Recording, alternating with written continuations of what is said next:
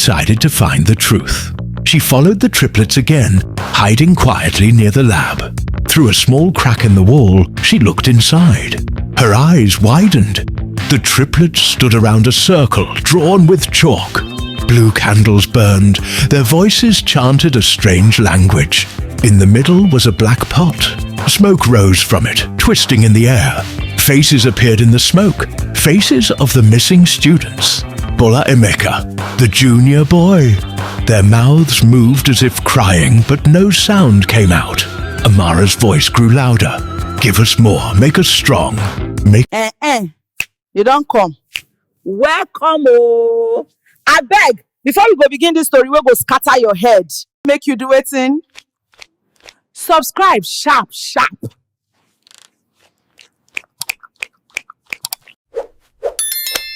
Like the video, drop your sweet comments. No, they form. Now beggar the bego. Okay, now, sitting well.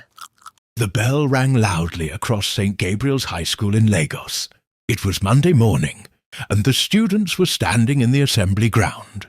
The sun was hot, and sweat ran down many faces. But everyone kept whispering because a strange black jeep had just entered through the school gate. The jeep was long, shiny, and dark. It looked richer than anything the students had ever seen. Slowly, the car stopped in front of the hall. The driver, a tall man in a neat suit, came out and opened the back door. Gasps filled the air. 3 girls stepped out together. They were the most beautiful girls anyone had ever seen. Their faces looked like they were painted by angels. Their skin shone like gold in the sun. Their hair was long, black and soft, falling gently on their shoulders. They wore the school uniform, white blouse and green skirt. But on them, the uniform looked like royal clothes. They looked exactly alike. They were triplets. The students could not stop staring. Some of the boys' mouths hung open. Some girls whispered in jealousy. Even the teachers were smiling in surprise. The headmaster, Mr. Aide, came out of his office and walked straight to the jeep. He was smiling proudly, as if he had been waiting for this moment. "Students," he said in his loud voice, "today we welcome 3 new members to our family. Their father is a great man in Abuja. These girls are called Amara, Ngozi, and Ifunanya. Treat them well." The triplets bowed gently, their smiles sweet and perfect. Their voices came out soft and calm as they greeted, "Good morning, sir." "Good morning, everyone." The students clapped loudly. Some even shouted, "They are so fine." At the back of the line, a small scholarship girl named Chika stood quietly. Her uniform was old and a little faded, but her eyes were sharp. She whispered to her friend Kunle, "They are so beautiful, like queens." Kunle, who was tall and thin, frowned. "Yes, but their eyes, don't you see? Something is not right." Chika looked again. For just a second, she thought she saw a shadow move inside Amara's eyes, like smoke in the sunlight. She blinked quickly, and it was gone. The bell rang again. The students clapped once more as the triplets walked into the school hall, their steps slow and graceful. Everyone was smiling, but deep inside, Chika felt something cold crawl into her heart. She didn't know why, but she was afraid of them already. The triplets became the queens of the school in just 1 week. They answered every question in class. Teachers clapped for them. They sang in the choir, and their voices sounded like sweet music. Even the headmaster, Mr. Adi, gave them special treatment. Students followed them everywhere. Boys carried their bags. Girls begged to sit near them. Everyone wanted to be their friend. But Chika began to notice strange things. The triplets never ate in the dining hall. When other students lined up for rice and beans, they only drank water from silver bottles. Nobody had ever seen them chew food. One evening, a prefect named Bola saw Ngozi walking near the old science lab. "What are you doing there?" Bola asked. Ngozi only smiled. The next day, Bola was very sick. She went home and never came back. Later that week, a junior boy teased Ifunanya. He called her Madam Overfine and laughed. That night, he disappeared from the hostel. His mattress was wet, as if rain had fallen only on his bed. "Kunle," Chika whispered, "can't you see? Something is not right about them."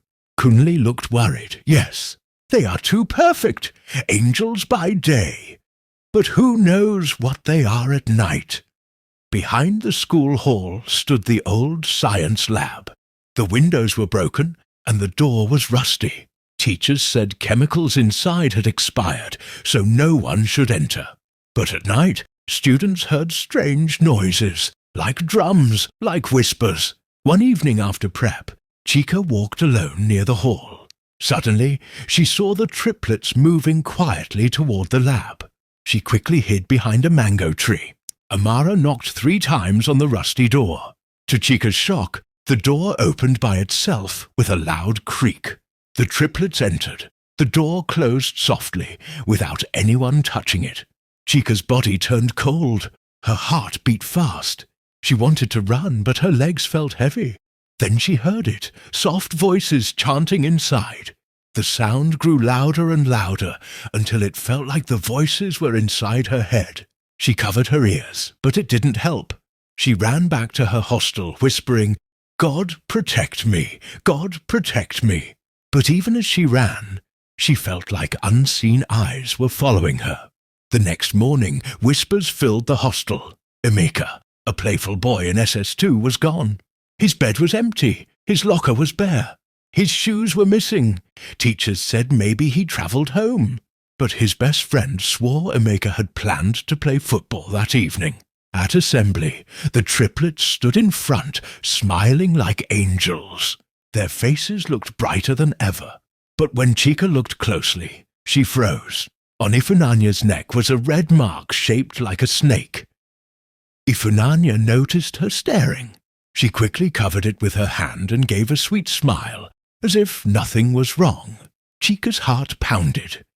She remembered Enkay's loud laugh, his strong legs on the football field. Now he was gone, just like Bola. She whispered to herself, "It's them! It must be them!" That night, Chika lay in bed. She couldn't sleep. The hostel was quiet, but her heart was noisy. Then she heard it, a soft voice. "Chika! Chika!" She sat up quickly. Her hands shook. She walked to the window. Outside, in the moonlight, stood Ngozi. She wore a white gown. Her beauty looked even stronger at night, almost too much. Her smile was wide, but her eyes were empty. "Come with us," Ngozi whispered. Her voice was soft like music. "We will make you rich. We will make you powerful. You will never wear old shoes again. No one will laugh at you." Chika gasped and stepped back. She ran to wake Kunle. "Kunle, wake up, wake up!" They both rushed to the window, but Ngozi was gone. Kunle held her hand. "Chika, keep away from them. They are dangerous." But Chika's heart told her something. It was already too late. The next evening, Chika decided to find the truth. She followed the triplets again, hiding quietly near the lab. Through a small crack in the wall, she looked inside. Her eyes widened. The triplets stood around a circle drawn with chalk. Blue candles burned. Their voices chanted a strange language. In the middle was a black pot. Smoke rose from it, twisting in the air. Faces appeared in the smoke. Faces of the missing students. Bola Enkay, the junior boy. Their mouths moved as if crying, but no sound came out. Amara's voice grew louder. "Give us more, make us strong, make us beautiful forever." The smoke hissed and the faces disappeared. Chika's legs shook. She almost screamed, but she covered her mouth with her hand. She ran back to the hostel, her breath fast and heavy. Now she knew the truth. The triplets were not just beautiful. They were members of a dark cult. The next day, Chika gathered courage. She went to her class teacher, Mrs. Busy. "Auntie, please listen," Chika begged. "The triplets. They are doing something bad in the old lab." But before she could finish, Amara entered the staff room. She smiled sweetly. "Good afternoon, Ma. We just want peace. But Chika has been saying terrible lies about us." Mrs. Busy frowned. "Chika, stop this jealousy. These girls are model students. Don't let envy destroy you." Chika's eyes filled with tears. She left quietly. The triplets followed her outside. Their smiles were wide, but their eyes were cold. "If you talk again," Amara whispered, "you will vanish like the others."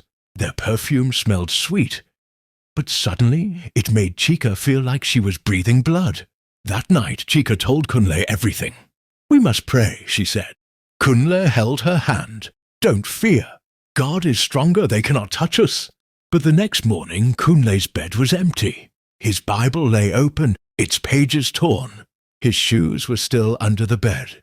Chika cried until her eyes hurt. "They took him!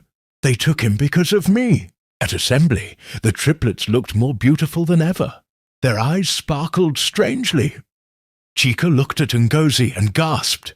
For a moment, she saw Kunle's face inside Ngozi's eyes. His lips moved as if begging for help. Chika fell to her knees, her whole body shaking. Chika knew she could not run anymore. That night, she carried her mother's small Bible. Her hands shook, but her heart was strong. She walked straight to the old lab. Inside, the triplets were chanting. Blue fire danced. The black pot glowed. "You came," Ifunanya said with a wide smile. "Good, join us." Chika lifted her Bible high. "In Jesus' name, leave this school," she shouted with all her strength. The candles blew out. The triplets screamed. Their beautiful faces twisted, turning ugly and dark. Chika shouted again. The ground shook.